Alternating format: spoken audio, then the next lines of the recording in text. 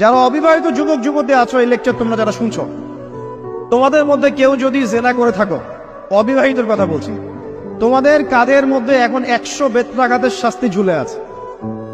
সূরা নূরের 1 থেকে 3 নম্বর আয়াত পড়ে দেখবে, অবিবাহিত যুবক যুবতী যদি জেনা করে তাদের শাস্তি হচ্ছে 100 বেত্রাঘাত, তাও জনসমক্ষে, এবং এক বছরের জন্য নির্বাসন। এই বিধানগুলো যদি পৃথিবীর কোনো দেশেও না থাকে, আসমানে আছে। মরার সাথে সাথেই এই বিধান কার্যকর হবে ইনশাআল্লাহ। বাঁচার মধ্যে কি একটাই উপায় আছে।